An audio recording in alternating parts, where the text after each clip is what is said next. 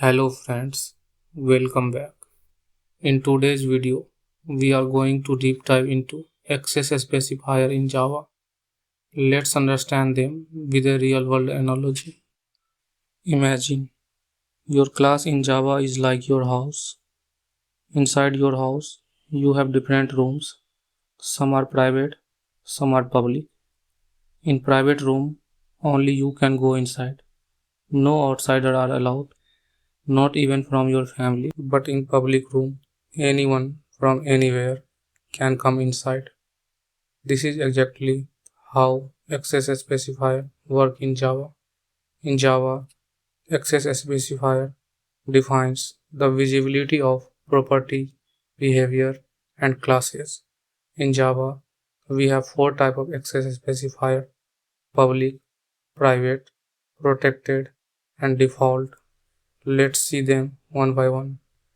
Here we have created two packages, base and child, and we have created a class named base inside base package and child inside child package. If you don't know about package in Java, so in Java a package is just like a container that holds related Java classes, just like a folder in your computer. It solves the naming convention, means you can create two classes with same name provided they have different package. Coming to the base class, here we have created variables and methods with different kinds of access specifier, that is public, private, protected, and default. If we don't write anything, it will be default, means no keyboard. Here the access specifier for the variable name and method name are public, so it can be accessible from anywhere, either from the class inside the same package or the class from the another package. So let's see, here main class is in same package and we try to access the name. So we can see here we are able to access the name variable and name method, both are accessible. If the member of a class are private, we will not be access it from another class, even it is from the same package or in another package. Let's try to access this in other package and other class. So age is private. We are getting error here, and let's try to access age method. You can see here it's giving error. Let's try accessing this in other class in same package. We can see here we are also getting error.